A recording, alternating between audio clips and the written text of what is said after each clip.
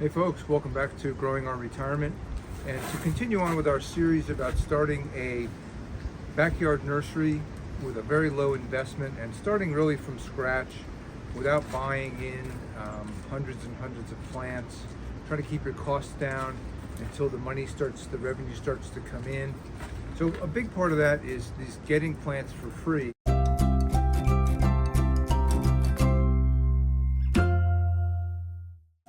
And we previously did an episode with doing softwood cuttings, where we took a lot of cuttings in the late spring, early summer, rooted them, and they're all behind me now in totes, and they've done well through this winter. Today we're going to go to the second part of all of this, which is taking hardwood cuttings. So you really have two opportunities per year to get free plants, and that is the late spring, early summer with softwood cuttings. Some plants do better as softwood cuttings. I mean, azaleas just root really quickly. They're super easy, and you can basically produce as many azaleas as you want and have time for them.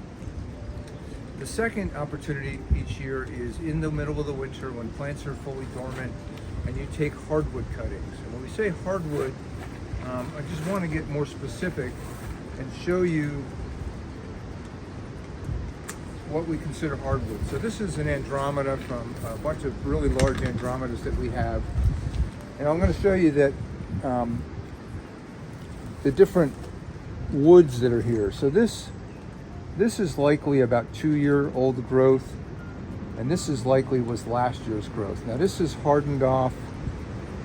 It's now considered pretty much hardwood, even though it's not as old as this. And the question is, of this, what will root? And so I'll tell you that you could root this piece by itself, or you could root likely this whole thing by using the even older growth, stripping off these leaves down here, and then rooting kind of that whole thing. And we'll prepare some of them that way, and we'll do some that are a little bit smaller, that are this last year's growth that is now hardwood because it's been growing for a year already and it's hardened off. Okay, to get ready for this, we've got our tote that we're going to use for rooting. It's got its holes in the side. Somewhere I said there's 8 holes in them. There's actually 10. There's 3 and 3, 2 and 2. That equals 10. I've already got perlite in here, and I've already got some sphagnum peat moss. And all I'm going to do is mix this together. It's roughly 2/3 perlite. Perlite's volcanic rock, and it's sized through screens so that it's this kind of agricultural size. Sphagnum peat moss is just plain old sphagnum peat moss. If you wanted to use something a little bit different, you could, but I do like the perlite for the drainage qualities, and you do not want your cuttings that are trying to root sitting in water. They need to be in something that really drains well. Add the sphagnum peat moss because it kind of holds water like a sponge, so that these don't, if I don't accidentally keep these completely damp all the time, that sphagnum peat moss has kind of got me covered because it holds water like a sponge, and these won't dry out. And I do check these periodically. But I've also been known to forget to do that, and it could run the risk of them drying out. But these totes are like little greenhouses. They really hold a lot of humidity. Nothing happens too quickly in them. They don't dry out fast. And so that's exactly the way we want the mix to look for our cuttings. You can go ahead and start wetting this now a little bit. And you're just going to want to mix the water in. The peat moss is going to help it spread out a little bit. I'm likely going to need a little bit more water than this, but that's a good start. You can mix that up a little bit more again, and you only want it damp. You really never want it soupy. You don't want your little plants sitting in water. Not sure if I mentioned that it's about the middle of January, and we're going to take hardwood cuttings for our startup nursery all through January, February, and probably even into March. I'm not a big proponent of doing hardwood cuttings before that. I like to do them in the middle of the winter when everything's really dormant. I don't like to do them too late, but I also definitely do not like to do them, say, in October, November, which you technically could do. That's just a long time waiting for them in the totes and hoping that they're going to root. You don't really need that much time. What's going to happen with these cuttings is they're going to callus over, and then they're going to perk up in the spring and start to shoot out some roots. And let me go ahead and give an idea of what I think is a nice cutting. So again, this is 2-year-old growth. This is last year's growth. All of it's considered hardwood now because it's all hardened off. This is nice and firm. It probably would snap if I tried. And where you're going to get root growth from is from where these leaf nodes are. So we're going to peel these off, all this lower stuff, including that little branch. I'm going to, these leaves are not really necessary anymore because the plant's not growing through photosynthesis. So these are not necessary, and they're only going to serve to dry the plant out. If you take your scissors, and I like to give these a little slice to break that wood. The wood's tough, and you want to get into that layer there where the leaf nodes are, where the unassigned cells are, where roots can grow from. There's cells in the plant that are strictly leaf cells, strictly stem cells, and then there's unassigned cells which can become roots, stems, or leaves. Those are the ones that are going to create your roots for you. Okay, your next step is going to be to use some root hormone. For the woodier plants, we like to use hormone 3. It's worked well for us. Some people don't use root hormone at all, but we always do. We think it's great. And then you're just going to stick these in and get them in deep enough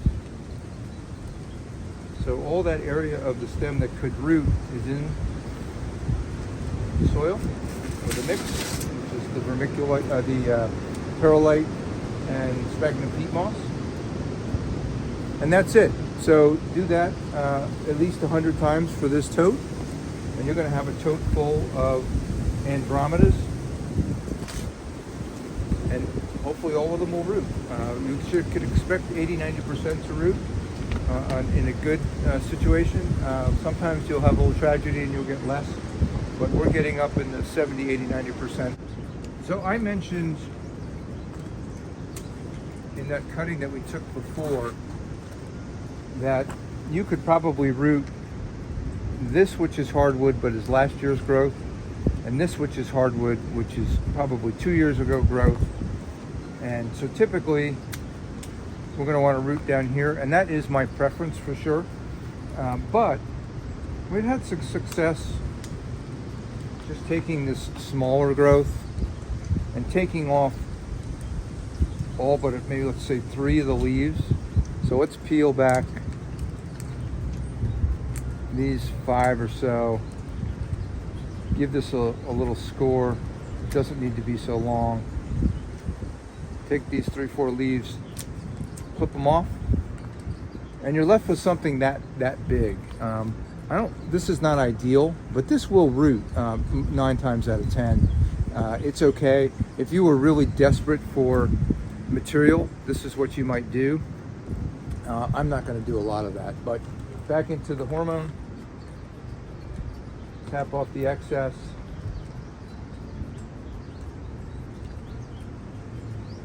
and go ahead and stick it in. And I'll mention, if I can show you, we don't want the leaves touching the rooting material, the perlite and sphagnum mix, because that will rot or cause rot, and it will also cause fungus in your tote, and that's something you do not want. So keep them up, the leaves up and out of the medium. This is a perfectly good cutting still, even though I took that one piece off. So let's go ahead and peel back all these leaves, break off that branch, all the leaves off. Give it a little score at the bottom. And you can gather up these leaves, give them a nice trim. That's a really nice cutting. It's not a beautiful plant yet, but it's going to make a nice cutting. And that's going to go into the hormone. It's ready to roll. Go ahead and put it in. So let me go ahead and finish this out, and I'll show you what it looks like when it's all finished. I want to give an example of two cuttings that will make great cuttings, but might not have fit the model that I've shown previously. So this is a little bit of a heavier piece of wood. It's got last year's growth, 2 years growth, and we're going to treat this one like this. We're going to take off all of this flowering pods. We don't need that. I'm going to strip off these bottom leaves.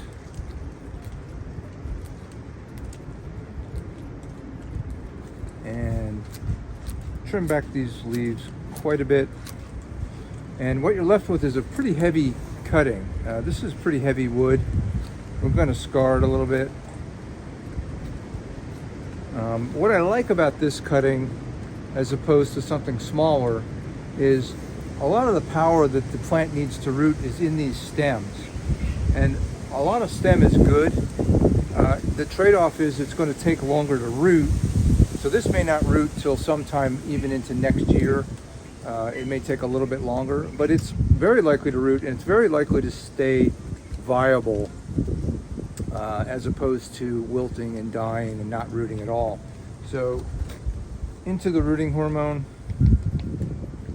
tap off the excess, and that's a pretty substantial cutting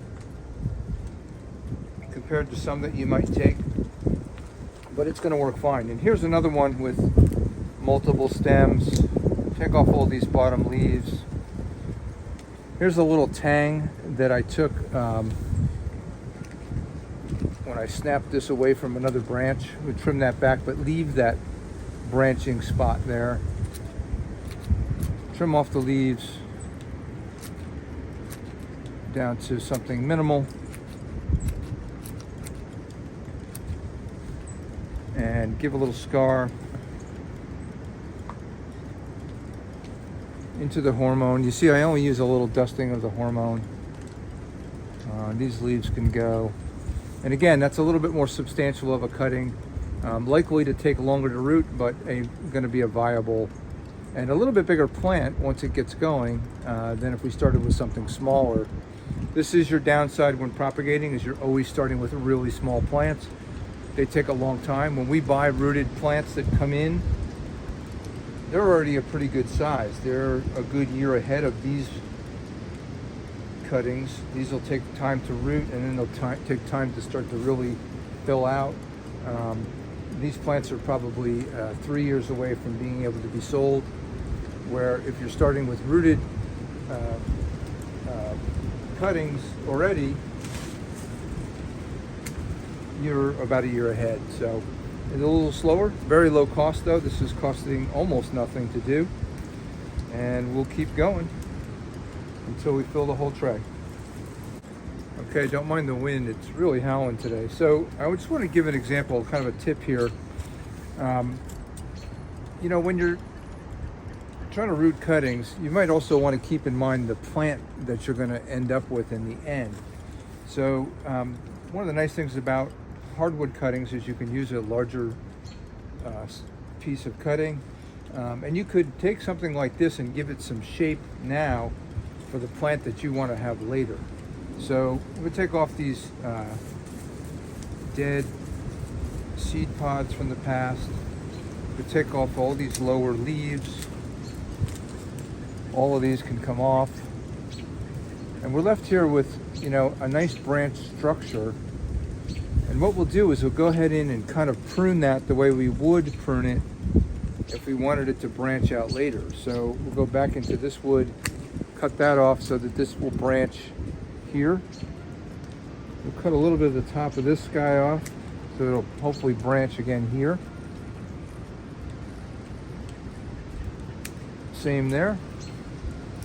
There. A little more of that dead stuff.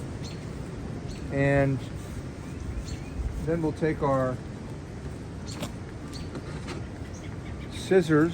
We don't need these leaves, so we're going to go right around and trim them all down.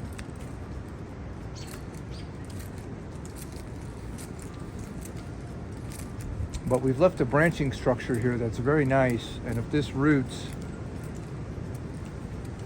we'll have a pretty good sized plant to begin with. So that's a really good base plant to root. Give that a little score at the bottom.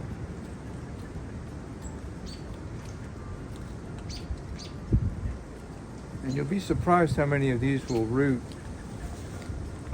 You end up with a bigger plant. The trade-off is the time. This may not really root too well until all through next year. But then you've got yourself the equivalent of a 3-year plant here versus starting with something much smaller. So that's a good tip.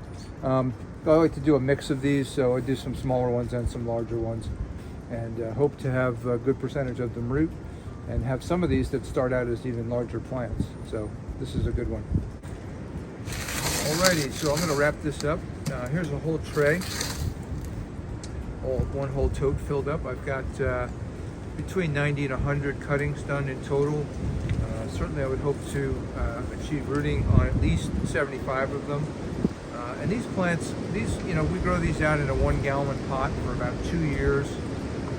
We sell them for maybe around $15, $12 to $15. If you let them run out to 3 years, they become maybe in a little bigger pot, like a 3-gallon or 2-gallon. They're going to run up into the more closer to the $30 level. So if you start to add all that up, we've made quite a bit of money with about an hour and a half of work. And it's going to take some time to grow them out. It's going to take a pot. You're going to have a little bit of cost in these, but very little. And I think using our method with the tote, watching that they're moist, giving them plenty of time to root, taking a mix of some smaller cuttings and some larger ones, and some practice, you'll get the hang of this, and you'll be able to produce really as many hardwood cuttings as you'd like each year. I'd also like to mention too, sometimes you don't have great success with your softwood or your hardwood cuttings, in the spring, late summer, or now in the winter. But you've got 2 chances per year to get cuttings from plants. So a lot of times we'll just take the softwood off and give them a shot. And if we're not as successful with those as we'd like to be, I mean, they generally will root a little easier and certainly a lot faster.